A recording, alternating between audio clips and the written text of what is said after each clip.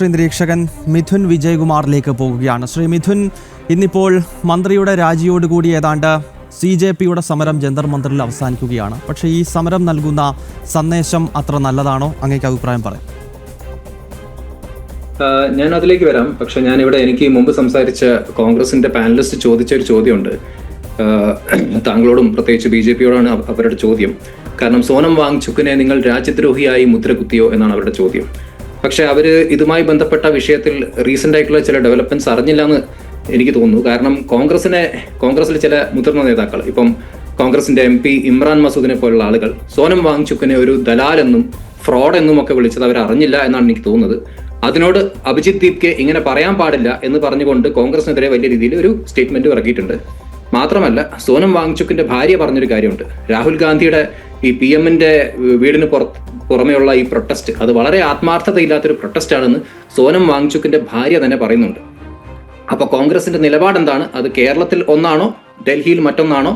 ഇമ്രാൻ മസൂദ് പറഞ്ഞത് കോൺഗ്രസിന്റെ വാക്കുകളാണോ, അല്ലെങ്കിൽ മറ്റേതെങ്കിലും അദ്ദേഹത്തിന്റെ പേഴ്സണൽ റിമാർക്സ് ആണോ എന്ന് ഒരു വ്യക്തത വരുത്തേണ്ടതായിട്ടുണ്ട്. കാരണം ഇവിടെ സോനം വാങ്ചുക്കിനെ ഉദ്ധരിച്ചുകൊണ്ട്, അല്ലെ സോനം വാങ്ചുക്കിന്റെ ചില കാര്യങ്ങളൊക്കെ എടുത്തു പറഞ്ഞുകൊണ്ടാണ് ഇവിടുത്തെ കോൺഗ്രസിന്റെ പ്രതിനിധി അവരുടെ സ്റ്റേറ്റ്മെന്റ് തന്നെ ഓപ്പൺ ചെയ്തത്.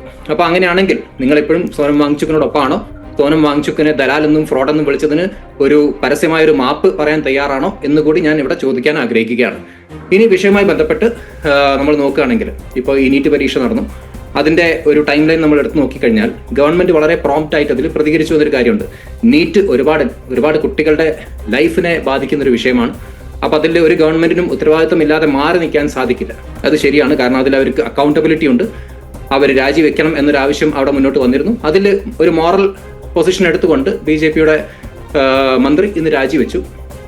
അതിനു മുമ്പ് തന്നെ നമ്മൾ മനസ്സിലാക്കിയിട്ടൊരു കാര്യം, വിനീത് ജോഷിയെ പോലെയുള്ള ഹയർ എഡ്യൂക്കേഷൻ സെക്രട്ടറിയെ അവർ റിമൂവ് ചെയ്തിരുന്നു. പല NTA-യുമായി ബന്ധപ്പെട്ട ഒരുപാട് ഒഫീഷ്യൽസിനെ ഡിസ്മിസ് ചെയ്തിട്ടുണ്ട്. ഇതുമായി ബന്ധപ്പെട്ട് CBI ഇൻവെസ്റ്റിഗേഷൻ നടക്കുന്നുണ്ട്. വലിയ രീതിയിലുള്ള റെസിഗ്നേഷൻസും കാര്യങ്ങളും ഇതുമായി ബന്ധപ്പെട്ട ഒരു സിസ്റ്റമിക് ഒരു ക്ലെൻസിങ് തന്നെ നടന്നുകൊണ്ടിരിക്കുകയാണ് അവിടെ. അപ്പൊ അത്ര വലിയൊരു കാര്യം നമ്മുടെ ഗവൺമെന്റിന്റെ ഭാഗത്ത് ഉണ്ടാവുന്നുണ്ട് കുട്ടികൾക്ക് വേണ്ടിയിട്ട് കേട്ടോ. ഞാൻ ഈ CJPക്ക് വേണ്ടിയിട്ടോ അല്ലെങ്കിൽ ഇതിന്റെ ഭാഗമായി നിൽക്കുന്ന പല ചില പൊളിറ്റിക്കൽ എൻറ്റിറ്റീസ് ഒക്കെ ഉണ്ട്.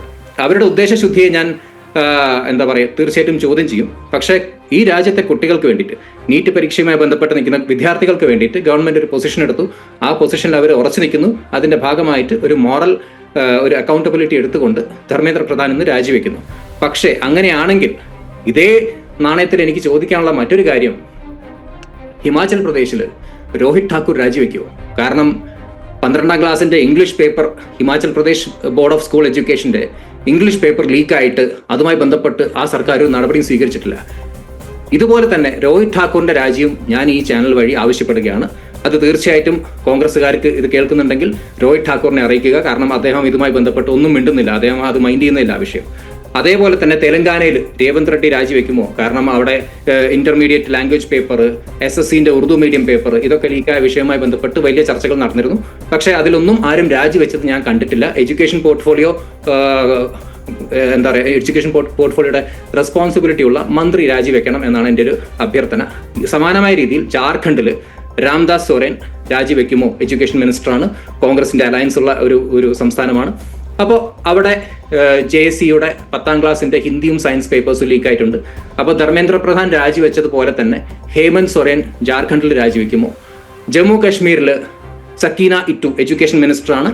അവിടെ സർവീസ് സെലക്ഷൻ ബോർഡിന്റെ പേപ്പേഴ്സ് ലീക്കായതുമായി ബന്ധപ്പെട്ട വിഷയത്തിൽ വലിയ ചർച്ചകൾ നടന്നിട്ടുണ്ട്. അതുകൊണ്ട് സക്കീന ഇറ്റുവിനെ കൊണ്ട് നിങ്ങൾ രാജിവെപ്പിക്കുമോ?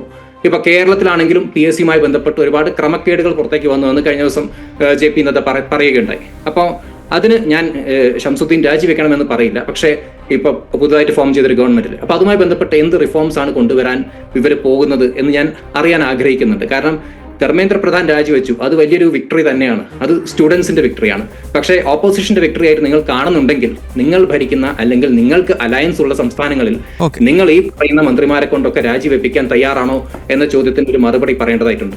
പിന്നെ ഇവിടെ നമ്മൾ കണ്ട പ്രൊട്ടസ്റ്റ് ശരിയാണ്, ഈ കുട്ടികളുമായി ബന്ധപ്പെട്ട വിഷയം തന്നെയാണ്. പക്ഷേ ഇതിൽ അഭിജിത് ദീപ്കെ എന്ന് പറയുന്ന ആരാണ്? അഭിജിത് ദീപ്കെ പ്രൊഫഷണൽ ആയിട്ടുള്ള ഈ ഒരു പൊളിറ്റിക്കൽ ബാക്ക്ഗ്രൗണ്ട് ഉള്ള ഒരു ട്രെയിൻഡ് ആയിട്ടുള്ള പൊളിറ്റിക്കൽ കമ്മ്യൂണിക്കേഷൻ സ്ട്രാറ്റജിസ്റ്റ് ആണ് ഈ ക്യാമ്പയിൻ നയിച്ചത്. ഇത് നമ്മൾ പലതവണ ചർച്ച ചെയ്ത വിഷയമാണ്, എങ്കിലും ഞാൻ ഒന്നുകൂടെ പറയാം. ഈ ക്യാമ്പയിന്റെ സ്റ്റാർട്ടിങ് മുതൽക്ക് നോക്കുകയാണെങ്കിൽ ഇതിൽ ഓർഗാനിക് ആയിട്ടുള്ള ഫോളോവേഴ്സ് ആയിരുന്നു. ഇത് ബോട്ട് ഇഞ്ചക്ഷൻ വഴി പല രാജ്യത്തു നിന്നുള്ള അതായത് ഇന്ത്യയുടെ കൾച്ചറായിട്ടോ അല്ലെങ്കിൽ ഇന്ത്യൻ്റെ പൊളിറ്റിക്സ് ആയിട്ടോ സൊസൈറ്റി ആയിട്ടോ നമ്മുടെ സോഷ്യൽ ഡെവലപ്മെന്റ് ആയിട്ടോ ഒരു ബന്ധമില്ലാത്ത പല രാജ്യങ്ങളിൽ നിന്ന് ഒരുപാട് ആളുകൾ ഫോളോ ചെയ്യുന്നു. അപ്പോൾ അത് കൂടുതലും ബോട്ട്സ് ആണ്, ബോട്ട് ഫോളോയിങ്ങിലൂടെ വരുന്നു. പിന്നെ ഇവർക്ക് പല ശക്തികളുടെയും സപ്പോർട്ട് കിട്ടുന്നു. ഇപ്പം റീസെന്റ് ആയിട്ട് ബംഗ്ലാദേശിലെ ജമാഅത്തിന്റെ സപ്പോർട്ട് കിട്ടിയിട്ടുണ്ട്. അപ്പൊ അങ്ങനെയുള്ള ഒരു വലിയ ഓർഗനൈസ്ഡ് ഒരു നെറ്റ്വർക്ക് അവിടെ ഉണ്ടായിരുന്നു. ഞാൻ ചോദിക്കട്ടെ, ഇത്രയും ദിവസം സമരം ചെയ്യാനുള്ള ഈ പറഞ്ഞ ലോജിസ്റ്റിക്സും കാര്യങ്ങളും ആരാ മാനേജ് ചെയ്തത്? എങ്ങനെ സാധിക്കുന്നു? ഒന്നും അറിയാത്ത നിഷ്കളങ്കരായ കുട്ടികൾക്ക് 35 ദിവസത്തോളം ഈ ഡൽഹിയിൽ പോയിട്ട് സമരം ചെയ്യാൻ, ഫുഡ് അല്ലെങ്കിൽ സാനിറ്റേഷൻ ഇതുമായി ബന്ധപ്പെട്ട് സമരം ചെയ്യുന്ന ഇവിടെയൊക്കെ പൊളിറ്റിക്കൽ പാർട്ടിയുടെ ആളുകളാണല്ലോ ഇരിക്കുന്നത്. ഒരു ദിവസം സമരം ചെയ്യാൻ പോകുമ്പോൾ തന്നെ ബുദ്ധിമുട്ട് നിങ്ങൾക്ക് അറിയാലോ. അപ്പോഴാണ് ഇത്രയും ദിവസത്തോളം 35 ദിവസത്തോളം അവിടെ സമരം നടക്കുന്നത്. ആ സമരത്തിന് വേണ്ട എല്ലാ സംവിധാനവും ആരൊരുക്കി? അവിടെ വരുന്ന ആളുകൾ ആരായിരുന്നു? അവർക്കൊക്കെ താമസിക്കാനുള്ള സൗകര്യങ്ങൾ അല്ലെ ഇതൊക്കെ ആരൊരുക്കി? ഇതൊക്കെ ചോദിച്ചു കഴിഞ്ഞാൽ ഇതിലേക്ക് പിടിച്ചു കയറും. പക്ഷെ എന്റെ യഥാർത്ഥ ക്വസ്റ്റ്യൻ പറഞ്ഞത്, ഇപ്പോ മോറൽ പൊസിഷൻ എടുത്തുകൊണ്ട് ധർമ്മേന്ദ്ര പ്രധാൻ രാജിവെച്ചെങ്കിൽ ഇതേപോലെ സമാനമായ പ്രശ്നങ്ങൾ നേരിടുന്ന സംസ്ഥാനങ്ങളിലെ വിദ്യാഭ്യാസ മന്ത്രിമാർ രാജിവെക്കാൻ പോകുന്നുണ്ടോ എന്നറിഞ്ഞാൽ കൊള്ളാം. ഓക്കെ മിഥുൻ.